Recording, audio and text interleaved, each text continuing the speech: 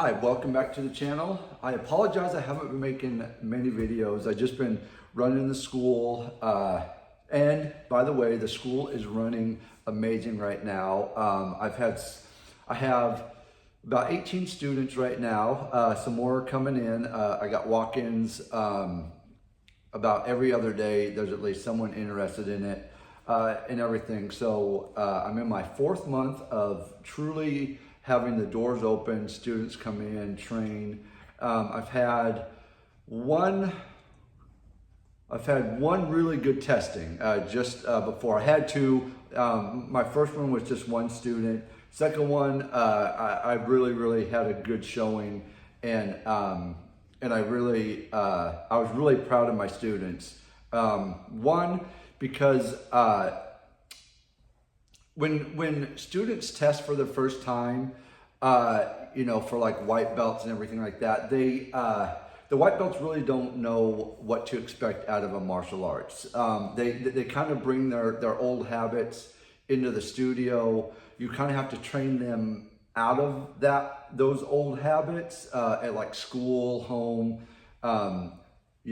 just their daily lives, and then they come into the studio, and then they have, we have rules, guidelines, a lot of yes sirs, a lot of yes ma'ams, a lot of bows, things like that. And so you have to kind of train that out of them to like, no, this is a different, this isn't dance, this isn't, any other type of style of whatever. It's martial arts. We have rules, guidelines, and I'm only talking about the traditional martial arts. I'm including karate, taekwondo, tung sudo, all those traditional styles. When you walk into a studio, it's a bow, hi sir, hi ma'am, bow out, bow on the floor, off the floor. Hopefully we have life skills that we teach in each studio. So to kind of get those kids into it, during testings, they really have a good understanding of, oh, this is something different. I mean, they kind of pull out a proudness of them of, oh, I'm a martial arts now, I got a new belt. Okay, yeah, let's do this. Their attention span is good. They want to be a good example for their parents, for themselves, for the instructors, for their school, things like that. And so the testings really pull really positive stuff out of them, and I love seeing it. And I'm really so proud of my students right now. And then two, it shows me that I'm actually teaching them good martial arts, and then good life skills, a good format for their life. Growing up, though, goal setting, and a lot of these kids have never even heard of any of this stuff when they, in school, at home, outside. They come in here, they're like, oh, and you just see their minds just explode when they, when that concept hits them, like, oh, I got to respect myself first, and then I can, pour that into the world. So I was really proud of them, and testings really kind of bring out the best in students. So I'm really excited about the future of this martial arts style in a town that I've heard really needs this, and I've had so many parents come to me and be like, hey, I love what you're doing here. Great with the kids, great with the students. Parents like, thank you for putting a studio up here in this town, because a lot of people need this. Whether they want to admit it or not, a lot of people need and want that good, solid family feel, a place that they're comfortable in, good, solid training, and building themselves up as good black belts in the future. So yeah, so I am so excited. So let's get on with the video. Now this video might ruffle a couple feathers, and truly I don't mean to do that. but I'm going to be telling the truth of just what my experience is and has been, and the future experiences that I probably will be engaged in the future, being a school owner and a martial arts instructor. And if you haven't seen the title, we need to stop lying to women and young ladies about their martial arts. Now, I don't mean verbally, because honestly and truly, I think all martial artists tell people the truth when it comes to martial arts, because it is just that important for them to understand that it is a life and death situation for the most part. If you do get confronted with a potential danger within your life, you are going to need to build some skills, and I don't think we lie about that. Truly, if there are any women and young ladies watching this video, we truly mean the best intentions with everything that we do. And I hope with instructors, they are telling them the truth. They're not sugarcoating anything. But there is one small thing, or one big thing, I should say, that we keep lying to women and young ladies about, and that is when we actually train with them. Now, I made a video a little bit that got a lot of feathers ruffled, and I took it down. It was just one story of me sparring a girl back in the day. She didn't think I was as strong as I was, and for me, I always give them my best. She freaked out on me. She cussed me out and everything, and that was me not lying to my student.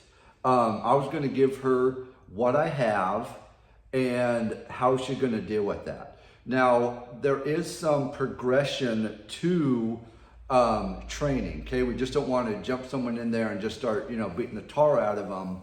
We do have a gradual stair step of, okay, this is what we do. Okay, now let's level it up a little bit. Okay, now let's level it up. And so with us sparring girls, women, young ladies, rolling with them, whatever it might be, I do believe, and I'm even guilty of this as well, so I'm going to put myself into this situation. We don't give them everything we have, like they're expecting, right? So they could be 3, 4, 5 years in to the martial arts, and we're still kind of like, okay, here it comes, and we're just kind of catering to not beating the tar out of them, because our muscle mass, whether we're, men and women's muscle masses are totally different. They're different spots of our body, and we just, us as men, when we do like really give everything we got, it's scary to women. Even my sister, short story here, when I was younger, I have a younger sister. I was always smaller than her there. And then with my disability, she thought she can always get the upper hand in arguments, fights, things like that. And I would always be like, joking around with my sister, really not giving her everything I got, but she was really like putting everything she had into like, getting me down, punching me, things like that. And then when I got tired of that, and she kind of was, like, okay, you're getting serious about this now. So I was getting a little bit more serious. It scared the crud out of her. And soon she stopped doing that because she got scared, and then 2, she got extremely mad because she realized, oh, this brother with this disability is actually really strong and really scary when he needs to be. So even with that, even growing up with a sister that did this all the time with me, it rolls into women and young ladies and girls coming into the studio, And we want them in. That's the problem here, is we want them in because we want them to keep defending themselves. Learn how to defend yourselves when that potential situation comes up, that when we're not around, you can handle yourself so you can go home to your family safely. And when we're kind of just wrestling around with them like our sister, kind of sparring them a little bit here, there, and then they're thinking in their mind like, okay, he's giving me everything he got, and this isn't that bad. If any girls watch this video, I guarantee you, we are not giving you everything we got.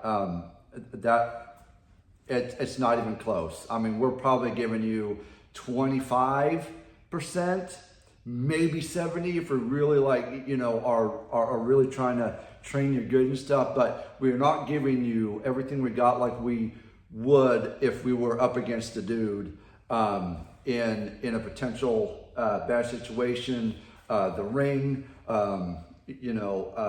competition, things like that. Like men on men, like we go at it pretty good, and we become these, like, I always like to refer of it like, we become these like silverback gorillas, and I mean we're just on it. I mean we're just trying to beat the tar out of each other respectfully, right?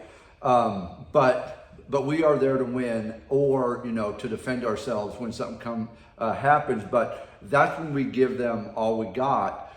In the classroom or in the studio, we're giving them a little bit, but I don't know if that's healthy for them, right? Because what I've been seeing is, and I'm going to take my sister with this, is she truly thought that I was giving her everything that I had when I was wrestling with her, or we'd like play fight or something like that. She truly thought I was giving her everything that I had, but then once I did, it was overwhelming to her. And that's why I think when women get attacked, things like that, and then they truly feel the true strength of men, they don't know how to handle it. They don't. Their mind shuts off, and they just kind of give in, and then they don't come home, right? And we don't need that. We don't want that as instructors and school owners and just martial artists that we're training with them, But I think if we keep babying them through the martial arts, oh yeah, you're doing a great job. Yeah, this. I think we're training them up to fail. Now my mom, she takes martial arts with me, and this woman is a beast. She knows my strength because I don't baby her, but now she knows how strong men are, and she deals with that. Okay, her mind doesn't shut off. She just goes as hard as she can, and I think just with that, because here's the thing that I'm just thinking about right now is, so when women come into martial arts, they come in for self-defense reasons, health reasons. They want to get healthier, more athletic, things like that. But they are, and please tell me in the comments if I'm wrong about this, but I believe they are training themselves for attacks from men.